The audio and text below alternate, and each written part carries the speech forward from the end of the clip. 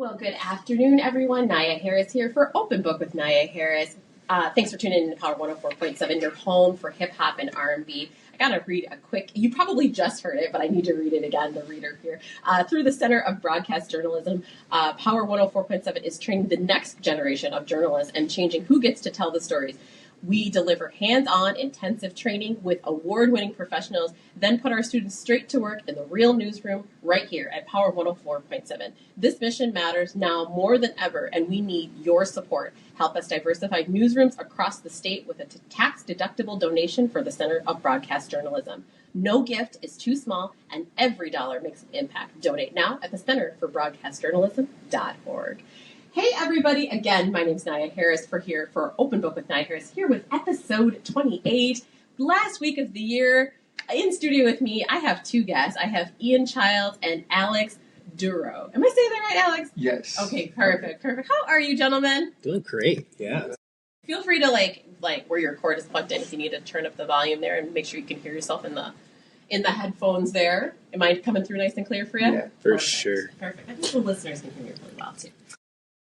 So glad that you guys could join me for, the last episode for the year. Can you believe it? End of 2025. It's been crazy. Any thoughts, reflections as the year comes to an end? I would say it's been a crazy year, to be honest, and it's gone by super fast. You know, it feels like it feels like a couple of weeks ago, but it also feels like years ago when we were on tour. And then like the beginning of this year, it doesn't even seem like it was this year. It's nuts. That was a different time. Yeah. A different era. For real. I don't know about you guys, but like when they do like the year in review, like they do a few of those at the end of the year, right? Different stations and whatnot. And I'm always like, that happened this year? Like if like the way time kind of like it feels like things that happened earlier in the year, like it was 2 years ago, Mm-hmm. So it's always kind of crazy. Spotify Wrapped, and then it'll be like your top song for the year, and I haven't listened to that song in 5 years. Yeah. But it was this year. Yeah. It was just the beginning of the year. Oh, forgot about that song. That was your jam for 6 weeks. Yeah. Well, I always like to start off with pop culture and world events, things like that, right? And give me 1 second here, because guess what I'm learning right now in real time? You want to take a guess? Turning on the video. Yeah. You got it? I knew it. I'm like, I don't think you didn't record that. The amount of freestyles or like songs that we've made hits, and then they only happened in that car. Nobody's ever heard them ever again. You were such a lifesaver for even like we all felt like dummies when we were in the car on tour, and he joins us on like halfway through, and then you ended up being there for the whole thing, which is its own story. Yeah. But like you got in the car, we started freestyling, and he was the first one to be like, he turned on a vocal recorder and just, we should probably get this down. And me and Jans kind of looked at each other like, that might be a good idea. Yes, Huh. You never know. Like I've like some of the best music I've ever heard has been people freestyling in real life, like in front of me, like in the car or in the booth or something. So it's like that lightning in a bottle moment. Yeah. Right? Yeah. Yeah. Okay, well, we just experienced that, right? Nice catch there. Okay, so I wanted to learn all about you. Like I was saying just a moment ago before I realized we were not recording, is that we'd like to get into pop culture, world events, but when things are skewing negative, we don't talk about it because then it's hard to come back from that, right? Mm-hmm. So let's talk weekends. We just had Christmas, holiday, right? Whatever you celebrate. I mean, how was your holiday? My holiday was kind of a mixed bag. We were sick, I think we all caught the flu at our house, so it was a very chill holiday. Everybody started kind of coming out of it these last few days, which has been great. So we got to kind of have like a re-energized end of late Christmas almost. Yeah. No, I hit you up the day I wonder if I'll stay in town for a part of the holiday and then go see my parents, or if I should go to Fargo. I'll see what Ian and the family is doing over there. Yeah. I hit him up. Hello. You okay? We're all sick over here. Yeah. I'll go to Fargo. I'll hit you up when I'm back. Yes. I let them handle that themselves. Yes. Some storms you gotta weather yourself. No, Yep, for real. That's right. Yeah. That's right. He's not trying to catch what was happening No. over in your household. It was a so. smart move on your part. It was rough. But at least we got to spend just a lot of time just hanging out. We got stuff done in the house. You know, all those like things that you push off and you don't really want to do. It's like, okay, well now we're here and we're not going anywhere. So let's get the garage figured out. Let's get these things figured out. So that was good. And then just be able to sit around, hang out, you know, spend time with everybody. Like it was good to just have the experience to be in everybody's presence. So that was fun. Absolutely. And I would say for, you know, my own family, my own kids, that like sometimes it starts to feel like maybe too much time, because it's like, how much internet can you actually consume? How much TikTok? How much, you know, how much Instagram? Yeah. So it started to feel yesterday. That's when I started feeling like, I think it's too much time on the screen. But I didn't stop them though. My oldest is binging Stranger Things with her dad. With her show. Oh, valid. I've been hearing a lot of people talk about it. Yeah. Yes, and then my youngest is filling my ear with all the 13-year-old gossip he can handle. I'm just like, okay. I oftentimes say middle school is just as terrible as you remember. You could not pay me to redo middle school. I don't care if you got $1 million from me. Like, nope, not doing it, because it's just all the things that come up. And now they got phones. Yeah. So it's like, I don't know. How young are people getting phones now? Like when? Oh, that's a topic. Yeah. So our kids, I think, were 5th and 7th grade, because they're 2 years apart. So 5th and 7th grade. So How old is that? great question. That's like 11, what are they? 13? 11. Yeah, 11 and 13. Okay. Yeah. I'm trying to remember when I had a phone, but I remember before smartphones. That's Yeah, a flip phone. Yeah, you can only do so much damage. T9 right? texting. Come on. Yeah. Like, it was brutal. don't miss the letter. Pressing 7 4 times. Don't miss it. They gotta go back. Ugh. Oh yeah. Yep. Back in absolutely. my day, we had to press that button 4 times just to get the letter we wanted. Kids these days don't know. I swear. Well, that's a great question, because I'm sure I'm much older than you. In fact, I know I'm much older than you. How old are you guys? I'm 27. 27? 28. 28. Yeah. Okay, yes. That was spot on with that. 45. No. Yeah, yes. And I just had a birthday. What about you guys? Birthdays? Next 2 weeks. In 2 weeks? Okay, so that Capricorn. makes you. Oh, thank you. I was like, that makes you. Okay. I was really worried he was going to be an Aquarius. Okay. I was very. I shouldn't have been surprised, because if he was an Aquarius, we probably wouldn't have gotten along. Okay. But to find out that he was a Capricorn was a lot of weight off Okay. everybody's shoulders, I think. Okay. All right. I like that. So you're really into astrology then, huh? No, No? Oh, okay. I've had some bad experiences with Aquariuses, you know. Okay. So you're just ready to like right off the bat to like write somebody off if they're an Aquarius? I think labels in general Yeah. are come from a place of ignorance, almost always. Sure. But Aquariuses, like just that, if you were born in this part of January, you got to earn. Yeah, there's a little bit more of an obstacle to earn my trust, because I know people who were born in January. Okay. All right. So everybody listen, the thoughts and opinions are from Alex only, not Power Power 104.7. Power 104's. I don't need people calling me saying I'm an Aquarius. No. Turns out the We don't. executives in Aquarius, and they're like, no, Yeah. we can't have this guy. I'm gonna get blacklisted for Yep. sure. Your episode is somehow mysteriously gone. Unless the CEO is an Aries, then they will understand. You know what? I'm not sure, and I don't want the smoke. So right Anyway. now we're gonna pivot, and in fact, this is a great time to pivot. You guys gonna stick with me? Let's do it. Fantastic. You've been listening to Power 104.7, your home for hip hop and R&B. We are going to take a quick music break. We'll be back in just a bit. Thank you. All right, we are back. Open Book with Nyia Harris, Ian Childs, and Alex Durow. We are just chatting away here, talking about anything and everything. Okay, so I don't think I said this, because I think I forgot the recording. Full disclosure, I forgot to hit the record button, and then I just got off track. But what I was going to say, Ian Childs, you are the owner, the founder of Space Shack, which is, what is it? Yeah, so Space Shack, we make, in a nutshell, we make THC infused ice cream and frozen desserts. We're going to launch in stores here in the next few months. And the reason why we do this is because we have not only just kind of the business, but also the community. And we're a community of artists and entrepreneurs and creatives who are trying to find ways to not only do the things we love, but also, live the lifestyle that we want, or be able to make income off of, the art and things adjacent to it. I love that. And we're going to get into that a little bit more. What we were talking about during the break, though, is that you have some recording, Alex, of like people trying the ice cream, right? Yeah. And I said, oh, you need to do like a little hidden camera thing. And then the question I was about to ask you before we came right back on, I said, I'll ask you on the other side, is have you ever had like a not positive reaction to the ice cream? So effectively, I'm asking you, have you ever had anybody who was like, I've had better, or it's not very good, or whatever? Have you ever had that? I will say my ice cream skills have grown a lot. Like what you all are seeing now is not where I started. So initially, my first few batches were not great. I didn't know how to freeze things properly and all sorts of stuff. So back then, there was a lot of that. I think the biggest criticism I get now are from people who are very seasoned cannabis connoisseurs. They're like, that didn't really hit so much for me. Oh, in terms of like getting the... In terms of, but I typically get a lot of good feedback on the ice cream, and more often people are like, hey, I like this flavor, but you should do this flavor. So I have just lists and lists of flavors that people have asked me to make. That's awesome. That's awesome. Who was that artist that you connected with? Sorry, with a PH, or that guy with the blonde hair who came to the aquarium.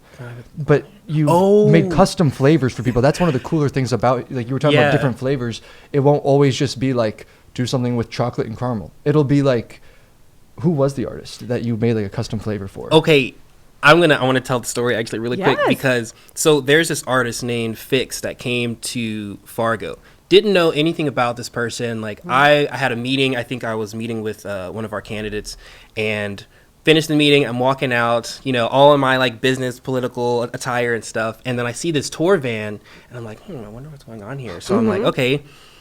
I'm like, I could walk past, and I saw a little sticker for cannabis on there or something. I was like, okay, I definitely got to see what's up. So I knocked on the tour van. I'm just going to see what happens. It's the tour manager or somebody. They tell me who this person is, and they're like, yeah, this name is Fix. They're going to be in the aquarium. You should look them up. You should come to the show, blah, blah, blah. Look them up. They're actually kind of like a really big artist. And then I was like, okay, well, I wanted to make something that would like fit their style. And so literally this day, I went out, I got all these ingredients, and I made a flavor. It was Cookie Monster. So it was like a blue ice cream with cookie dough in it and Oreo pieces. And yeah, I did this whole thing. I bought a ticket to the concert. I showed up. I gave him a hoodie, and I was like telling him about the ice cream and stuff. And he was like, oh yeah, wow, that's great. So yeah, like almost literally, if we hadn't left and gone and did some other shit, like other stuff, we would have definitely gotten the ice cream till we were still close. But I that's the part of it that I really enjoy, is making different flavors and trying out. I think that's what really got me into this more, is because ice cream is endless, you know. You can be as creative as you want to be, right? Yeah, and then you get ideas from the public too, right? That's awesome. What do you think is the most like out there like flavor you've ever made? I'm trying to remember the flavors you've made. You've made some like wild ones, but they are always good. That's the thing that's like, it's almost annoying because as your friend, I get to be like a taste tester for some of these flavors, and like he doesn't miss. Everything's good. I guess there are things that are wilder in terms of the category of ingredients you use. Like you've made some really fruity, like blueberry and like the more sherbety type. I don't like that as much as personally, because I like chocolate. But I think I haven't gotten into any super crazy flavors, like in terms of, I've seen somebody do pizza ice cream, right? Like I'm not going in that lane quite yet. But I'd say probably the Halloween ice cream that I made, was this 2 years ago, was probably the coolest one for me. Okay, what's in Halloween ice cream? It's like this green vanilla, like almost like ghoul zombie kind of color. Okay. And then it's got Dots pretzels in it. Okay. It's got Oreos, and it's got Halloween themed sprinkles. Okay. Yeah, and it looks fantastic. I love it. Yeah. So you got the sweet and the savory going on. Yeah. You got the color going on. Halloween sprinkle. I mean, the pretzels scare me. I mean, I'd be very scared. And here's the thing. At first I was like, I don't know about this, but as we were like thinking of it, I was like, you know what, might as well try it out. Yeah. And Dots pretzels are goated, man. Like the best thing that came out of North Dakota. So yeah. Those are from North Dakota? Yeah. Aren't you from there, sir? Yeah. Well, they got bought by Hershey's now. So, but like originally, it's this lady from like Minot or something. Is her name Dot? Yeah. Her name is Dot. She made pretzels. It's her pretzels. It's a little on the nose. Yeah. I love that. Yeah, no joke. Those pretzels are pretty darn tasty, aren't they? Mm-hmm. Yeah. I know they got like a gazillion different flavors of like, because original's kind of the best, but like there's a whole bunch of other flavors. So, okay. And what flavor did you like? Because you've gotten to try everything. You've kind of been the guinea pig. So I'm not everything. I don't want to act like I could recite back your, because you've got a lot of different things. Because you also, the ice cream is like his main thing, but he is just a chef. And we were going to talk at some point about music and all that. And we make music together. Yeah. And you were just talking about how you're talking to a candidate, and we just kind of blew over the fact that he's talking to political candidates. That's what that is. He's got a lot of fingers in a lot of different pies type situation.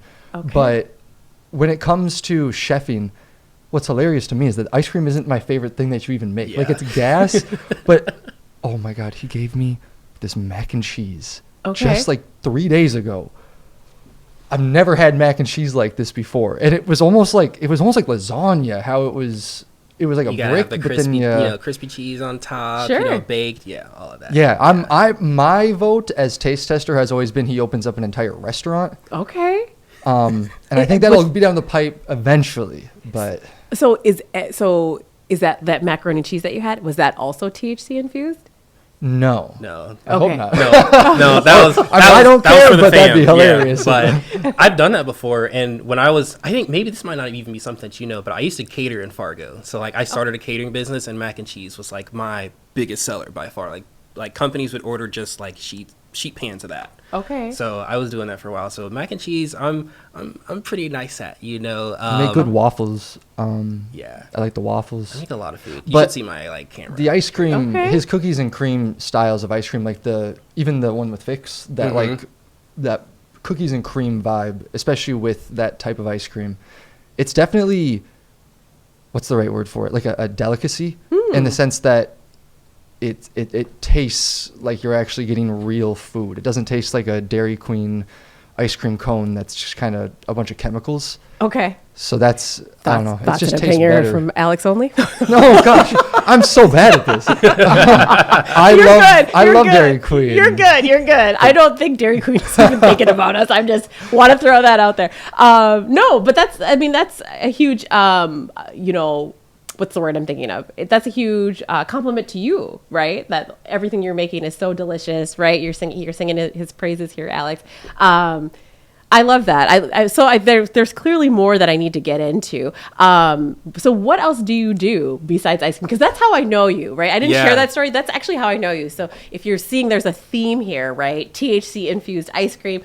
THC infused popcorn is my husband. R&B Edibles and his business partner Brian, Rashim and Brian do Puff Puff Pop, and they and I was actually introduced to you by them, and that was the connection. And we had a conversation at our home, and I said, "Oh, you want to be on the radio show?" So so glad that you could be here. And that was weeks ago. I know. We scheduled it. I'm like, do you want the end of December? Does that work for you? But yeah, I want to know all about you and what else you do. And of course, what else your friend here does as well.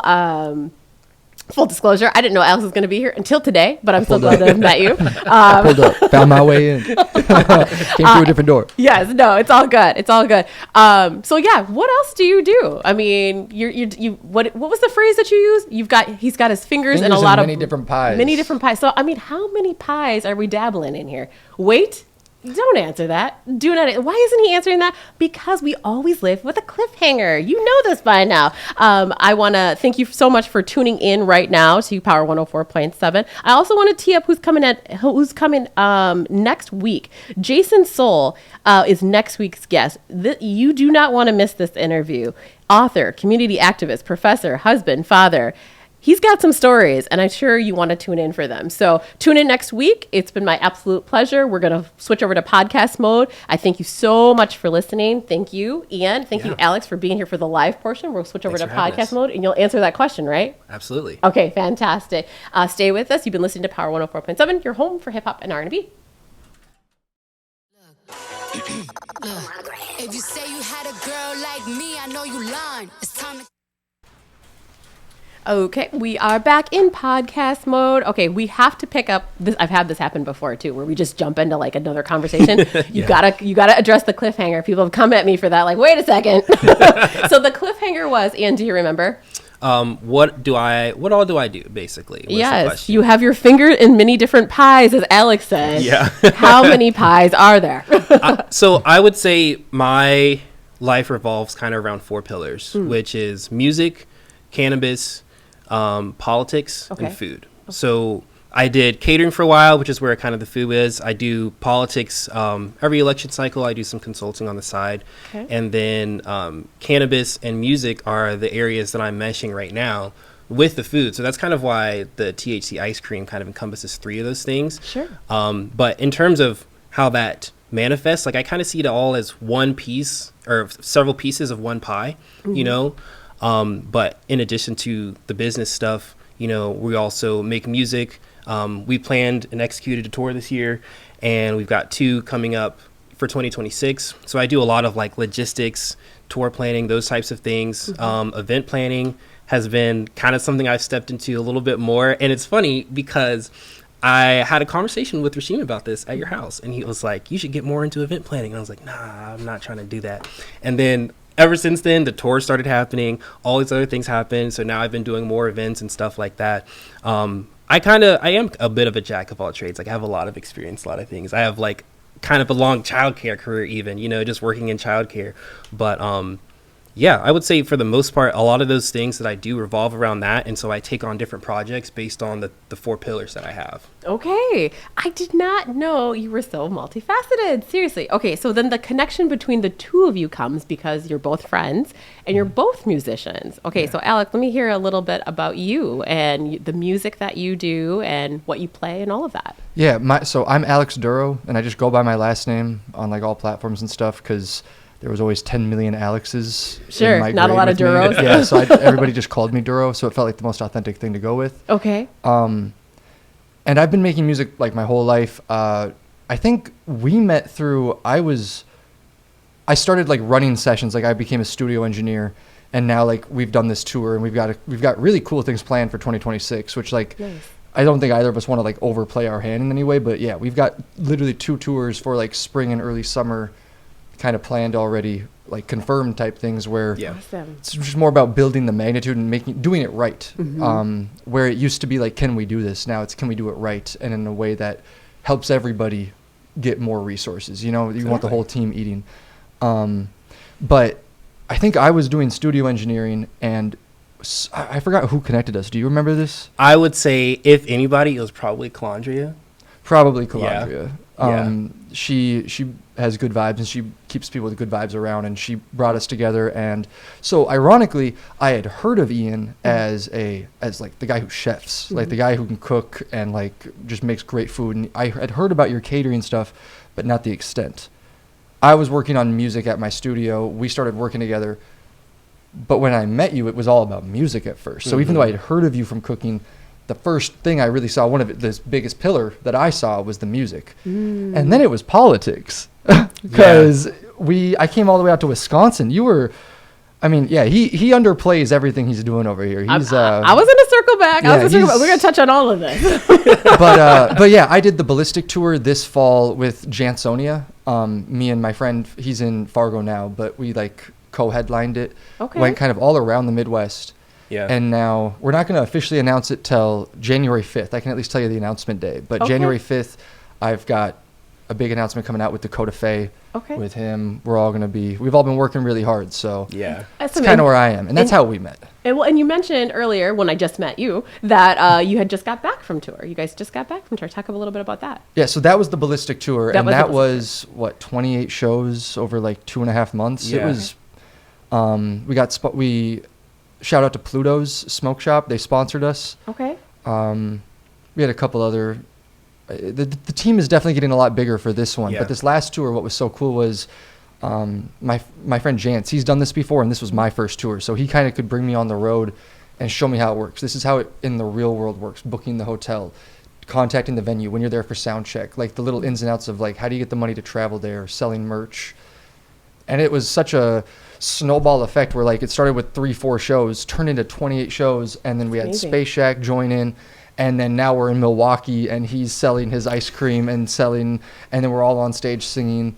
And shout out to Akai. I have an Akai MPC 37 key station. Okay. Okay, for all my gearheads listening, that red keyboard, $1,000. Best $1,000 I've ever spent. Yeah, though. you'll have to see like what this looks like when we're on stage and everything. But Send it's me great a show. photo, and Nate will like insert it here. Like it'll be Nice. over our faces. So.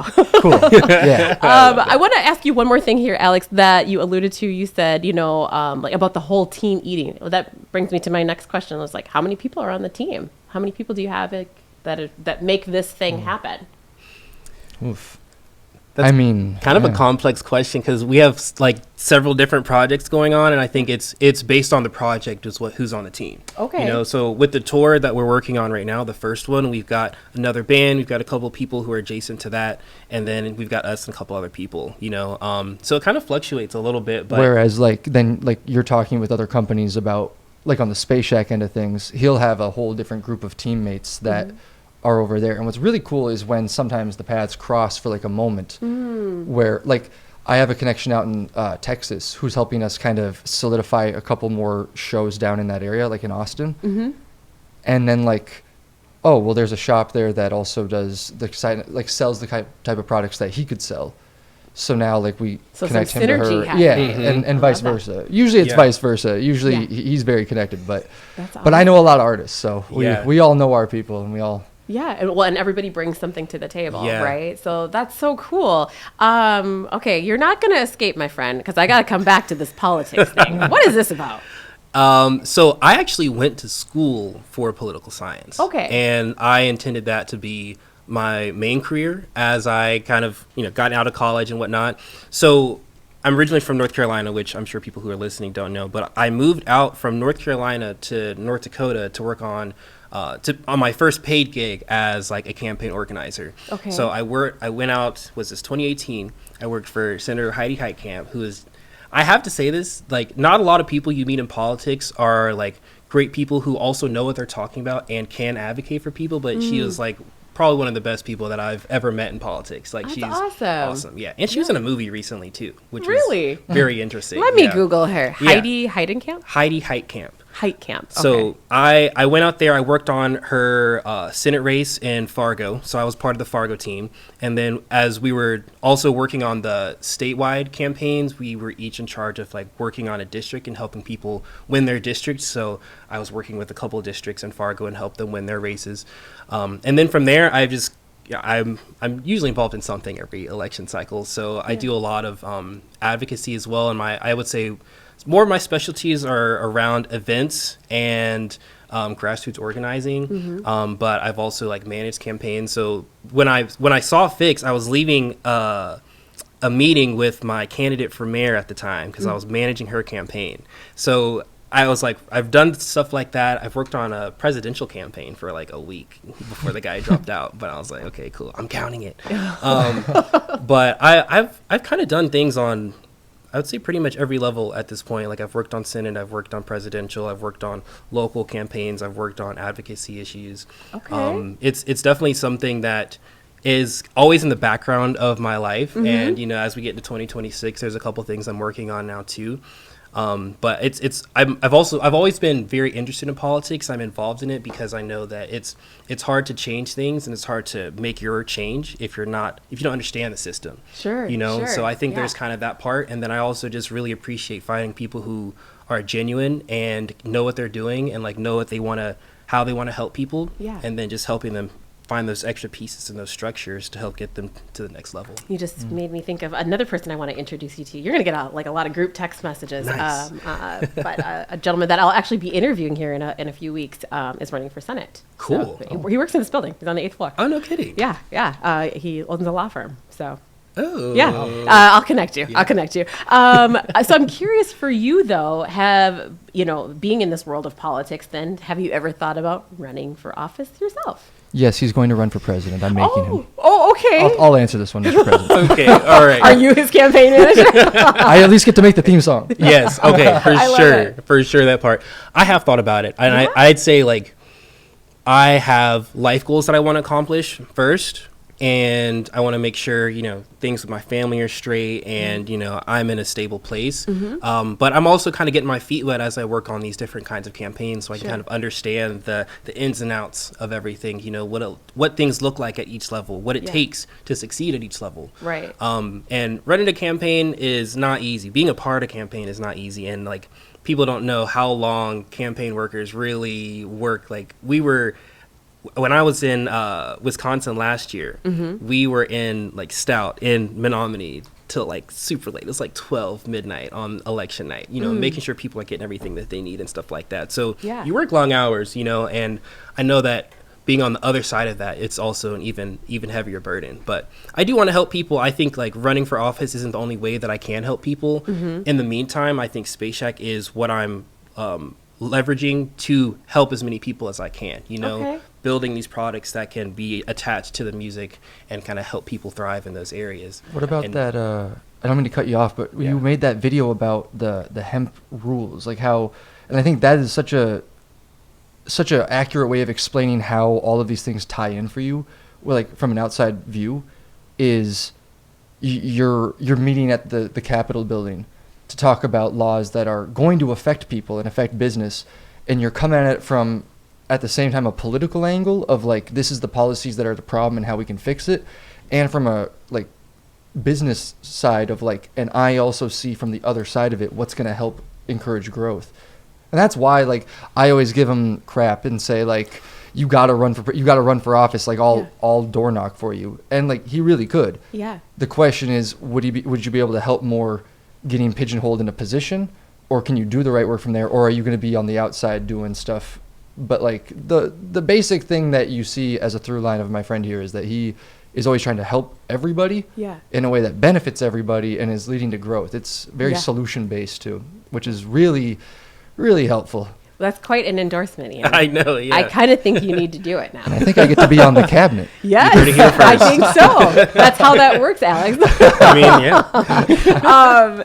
No, I'll be looking for it. I mean, to be honest with you, and not to get super political, but like, I don't know if this was 10 years ago, 15 years ago, I would say like, oh, there's a certain type of individual that runs for office. That's not the case. Yeah. Like it literally can be anybody. Like, and I think that's definitely evident right now. So and that's not a slight towards you. That's just, you know what I mean? Like that's the reality of it now. It's like, oh, anyone could obtain that the highest office in the land. Times are changing, you know, the landscape, and even just the landscape of politics has changed so much. You know, I think something that should be, you know, more and more important as we move forward in time is like building community. Yeah. You know, that's something that a lot of people in politics like don't have experience with, and I think that's where, when it comes to having that artistry background and you know, working in the community and stuff, I think, you know, it's important to build that community of people who are already behind you before you even get into something like that. Absolutely. You know? So that sounds a lot like community organizing, which someone else did. I won't say his name though. I'm curious, going to one of your pies here, food, specifically the ice cream, kind of going back to that for just a second. So I did see a video of yours that you did, and this might have been what Alex was even alluding to when you were explaining the hemp. But so what if for folks who aren't paying attention to the headlines, in a nutshell, basically we had the government shutdown, and when the government was getting ready to open back up, they snuck a little something in there. What did they sneak in there, Ian? They snuck in literally like 2-paragraph section that redefined what hemp could look like. And originally, you know, the Farm Bill included provisions where hemp, you could have enough of it in food to make it something where you could feel the effects. And essentially they reduced that to something that's just negligible. So now in effect, they banned hemp edibles and, you know, and beverages and stuff like that. Which would affect you directly. Yes, exactly. And now it won't take effect until a year from the signing of that bill. So that's kind of, there's a lot of you know, factors at play there, and people who are trying to advocate to do the common sense thing.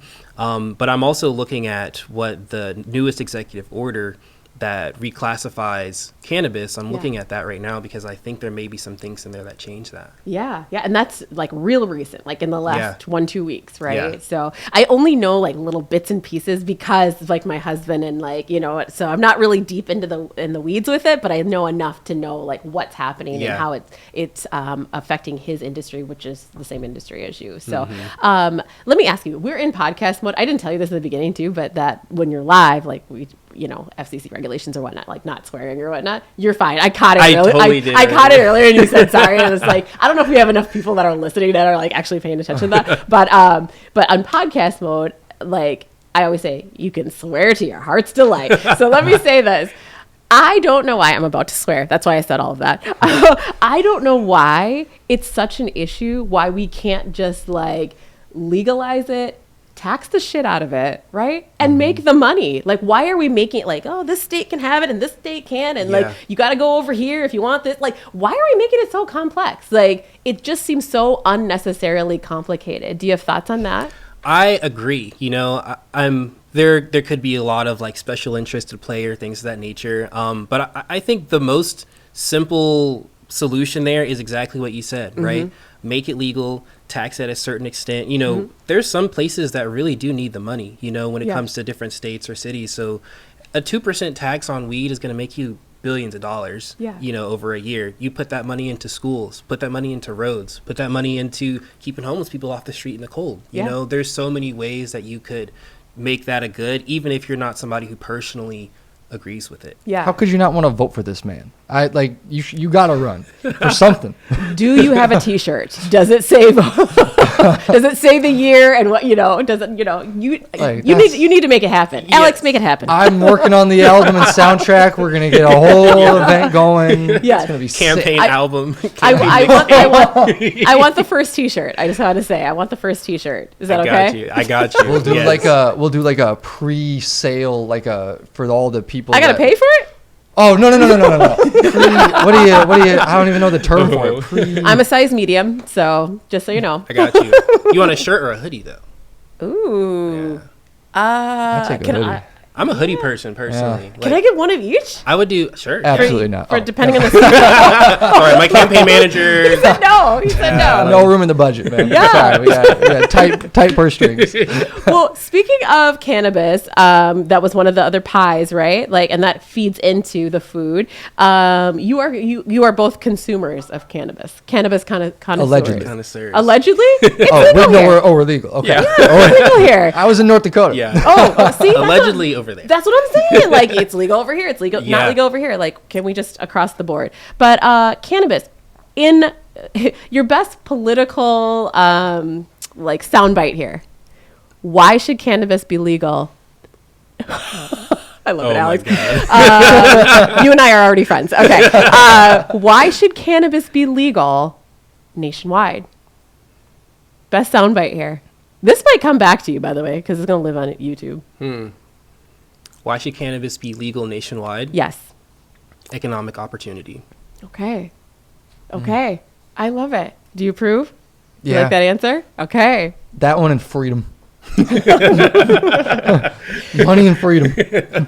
Mark. So while I don't consume, I don't indulge. I'm a big proponent of like, do what you feel if it's not hurting anybody, right? And there's been a lot of studies, and I'm sure you probably know this. In fact, you both probably do that cannabis really helps people, right? Whether it's with insomnia or nausea or you name it. That's the reason. I was prescribed. I had a legal medical card. Yeah. I was given North Dakota crap, but I had a medical card. I was allowed to get stuff. Okay. Yeah, doctor prescribed it. Okay. So, perfect example right there, right? So if we know that then, right? If we know that like it helps people, veterans, right? PTSD and all of that, right? If we know that, why do you think folks are getting in the way of that?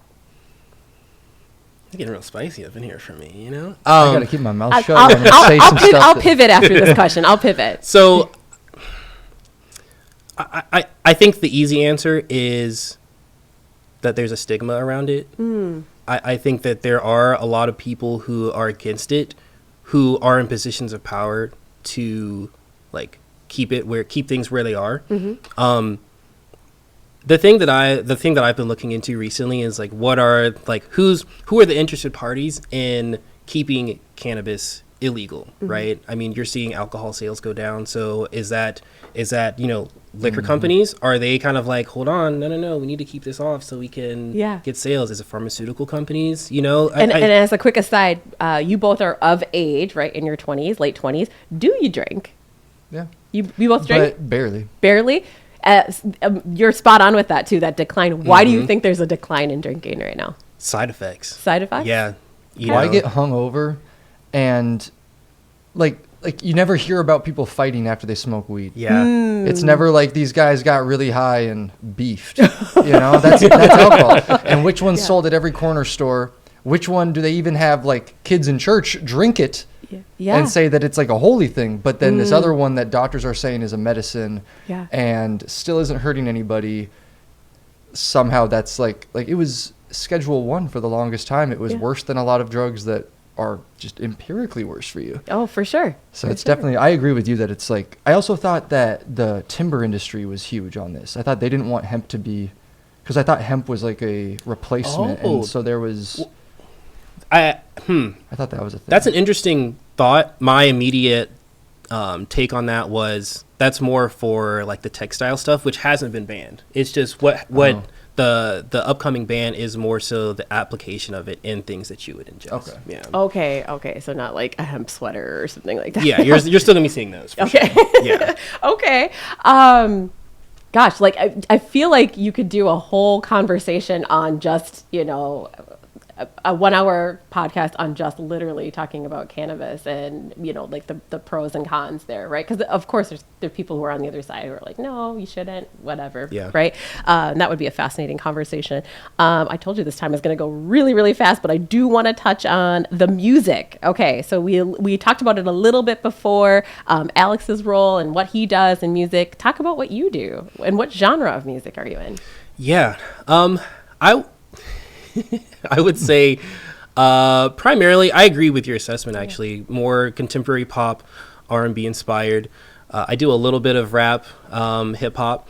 Also like acoustic. Yeah, it's so weird. One of your biggest songs on Spotify is the acoustic song. It's so weird that is my biggest song because my biggest song on Spotify, and it's not that big, but like my biggest song on Spotify is probably one of my personal least favorite songs that I've ever made. Okay, interesting how that works sometimes, right? Yeah, it's wild. I would say my role in music right now has been more connector recently. I do a little bit of producing myself. I haven't released much recently just because I've kind of just pivoted more to focusing on the business. But we could cut.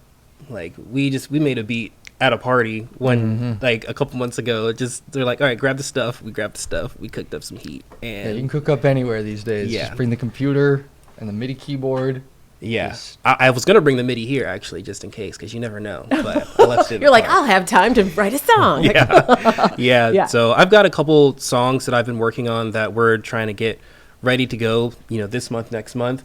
Some kind of one I would say in my head is kind of like club banger almost. That one's almost like got Jersey Club influence for sure, and Jersey Club's the right way to put it. It's like a Jersey Club R&B anthem with a little bit of like the best version of Childish Gambino from like I'm thinking like Heartbeat and like songs like that. Like it's a very these songs you've got like a collection of songs that are definitely timeless in the sense that if anything I was saying it in the car earlier, they've like aged better as we're like developing them. Like you were ahead of the curve in a lot of ways where when you came with the idea, Jersey Club wasn't even really like a thing, and now it's becoming more of like you're gonna drop it right on time. Hopefully we can get those songs out around February. I would push back on the Jersey Club thing though. I think Jersey Club was really popping when I like kind of came up with this concept because Jersey Club was everywhere. Like every artist was doing it, their own take on it. I think it got to the point where it was you're only hearing you weren't getting diversity of what the instrumentation was around the drums. And that's where I felt things were really lacking. And so we were talking about I like to do acoustic music and whatnot. That's why I really had that piano in there at the beginning and all of this. I'm sitting there playing the keys right now. I had the piano in there and like sound effects, all of that. I wanted to take it somewhere different compared to where I'd always been hearing Jersey Club. you know. That is a good way of putting it, because it wasn't that like you were the first person to make that drum pattern. It's just like the way you approached it, it feels fresh. Yeah. And to this day, as we've been working on these songs, I haven't heard anybody do it like that, to where it's exciting then, like, because I make music for a living, like in a bunch of different ways. Like I'm a studio engineer, and then I'm a touring artist, and then I, you know, so through all these different avenues, I work with a whole bunch of different artists. And it is rare to find someone like Ian who not only is like he's an artist, and then he also has the brain to be able to handle the business side of things, the other things involved. Yeah. But at the end of the day, we're in that studio, and like, yeah, you're still making songs that the writing is cohesive and like next level. Like you could take it as 4 chords in the Truth style music, but then we're adding in those cool drums, we're adding in those other elements to like, for fun, for taste, for like a new palette. Yeah. It's not to like cover up bad songwriting or because we don't know what to do. That's another thing I do want to throw out there. Your instrumentation is always, and I mean this as a compliment, it's always like, I want to say like stripped. You're not, you find the right moments to have wall of sound, but most of the time it really is like it's the piano and that bass line and like a real smooth drum line with snaps. And then it gives him space on that palette for his vocal to really shine, because what he really is a singer. Okay. Like he's a good writer, he's good at all these things, but like he can sing. Oh, sorry, man. This is like your biggest fan, like seriously. I don't mean to glaze campaign this much. manager. Sorry, like, for real. No, you're good. I love it. I love seeing that. I love like the bromance that has happened. But I just want to here. make Yes. sure that like people know, you know what I mean? Like, Yeah. because you put thought into this. You know? I do. Now I need to not only just put thought into it, but put it out. You know, and there's this dilemma that I think so many artists have. It's you got so much heat on your phone, so much heat on your computer, and you're listening to it, and your friends are hearing it, but the world isn't hearing it. You know, and so I think for me, it's really been getting those next steps done. I have a lot of music that's just kind of in the 50 to 85% done space, and that's where Alex has been really helpful, is because he's somebody who knows how to do it all, right? Whereas I start off, I'll beatbox on my phone, and then I'll try and